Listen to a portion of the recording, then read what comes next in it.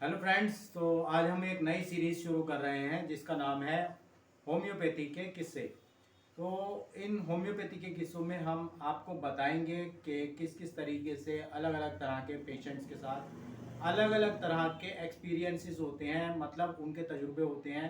कुछ पेशेंट को होते हैं तजुर्बे, कुछ डॉक्टर को तजुर्बे होते हैं।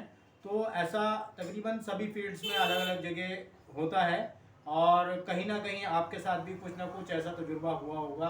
तो अगर आपके साथ कोई भी होम्योपैथी का किस्सा या कोई इस तरीके की घटना घटी है जो आपके साथ जुड़ी हुई है, या आपके किसी फ्रेंड के साथ या आपके किसी रिलेटिव के साथ जुड़ी हुई है, तो हमारे साथ ज़रूर साझा करें। तो आज जो मैं किस्सा आपके साथ शेयर करना चाह रहा हूँ वो किस्सा है मेरे एक करीबी दोस्त का। मैं उनका नाम नहीं लूँगा, ना ही आपको उनका जगह बताऊँगा, क्योंकि ये सब चीज़ें हम सीक्रेट रखते हैं। उनका रखना ज़रूरी होता है पेशेंट की प्राइवेसी के लिए, है ना। तो बात कहाँ से शुरू होती है? बात ये शुरू होती है कि बहुत से लोग होम्योपैथिक पे आज भी विश्वास नहीं करते हैं। ये मैं बिल्कुल सही कह रहा हूँ और कहीं ना कहीं आप इस चीज़ को जानते होंगे और समझ भी सकते हैं। तो मेरे एक फ्रेंड हैं, तो उनकी वाइफ कभी भी होम्योपैथिक की दवाइयों पर विश्वास नहीं करती थी। और चूँकि वो मेरे दोस्त थे तो कहीं ना कहीं इस वजह से भी, और उनको काफ़ी फ़ायदा होता था मेरे फ्रेंड को, तो वो हमेशा होम्योपैथिक की मेडिसिन यूज़ करते थे अपने लिए भी और अपने किड्स के लिए भी। और हमेशा वो होम्योपैथी को ही प्रेफर करते थे, मतलब आज भी करते हैं। तो हुआ क्या कि अक्सर उनकी वाइफ को जो भी अगर कुछ प्रॉब्लम होती थी तो वो होम्योपैथिक की दवाई मुझसे ले जाते थे। और कभी वो खाती थी कभी नहीं खाती थी, लेकिन उनको कभी कोई फ़ायदा नहीं होता था। एक बार क्या हुआ कि उनको एक ख़ास प्रॉब्लम हो गई, जो कि आपको मैं बताता हूँ। कान में झींगुर की आवाज़ आना, है ना। कान में कुछ प्रॉब्लम हो जाती है, उसके अलग अलग रीज़न होते हैं अलग अलग पेशेंट्स के लिए। तो कान में लगातार इस प्रॉब्लम में झींगुर की आवाज़ आती है, इस तरीके की, है ना। तो इस तरीके की झींगुर की जो आवाज़ होती है वो कान में लगातार आती रहती है, किसी को स्लो आती है किसी को तेज़ आती है।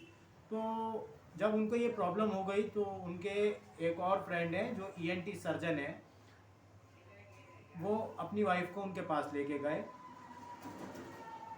उन्होंने बताया, बोले इसका इलाज नहीं है, ये एक लाइलाज बीमारी है। और ये सुनते ही उनकी वाइफ के जो है वो छुड़ गए, वो परेशान हो गई, टेंशन में आ गई। अब जब टेंशन में आ गई तो उन्होंने फिर भी उनको 8 दिन की कुछ दिन की दवाई देनी दी और कहा कि आप इसे खा लीजिए, हो सकता है आपकी ये प्रॉब्लम जो है इससे ठीक हो जाए, और अगर नहीं होती है तो आप ये समझिए कि ये कभी ठीक नहीं होने वाली है। अब उनके दिमाग में एक डर बैठ गया उस बीमारी को लेकर कि अब तो ये मेरी बीमारी कभी ठीक ही नहीं होगी, क्योंकि एक जो सर्जन है और जो एक सीनियर काबिल डॉक्टर है वो उनसे ऐसा कह रहा है कि ये ठीक नहीं हो पाएगी। तो कहीं ना कहीं उनके दिमाग में डर बैठ गया। अब क्या हुआ कि कुछ दिन उन्होंने वो दवाई खाई, लेकिन दवाई खाने के बाद उन्हें कोई फ़ायदा नहीं हुआ। अब दवाई खाने का फ़ायदा जब नहीं हुआ तो वो और परेशान होने लगी।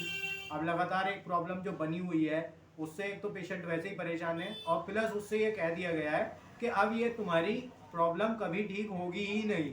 तो अब उसके दिमाग में ये बैठ गया कि अब ये मेरी ठीक होने वाली नहीं है, मैं क्या करूँगी, कैसे होगा, ये वो सारी दुनिया भर की प्रॉब्लम्स होती हैं, चीज़ें आती हैं, लोग नई नई बातें बताते हैं। अच्छा, फिर कुछ रिलेटिव्स आते हैं, कुछ मिलने वाले आते हैं, वो भी अलग अलग तरह की बातें बताते हैं।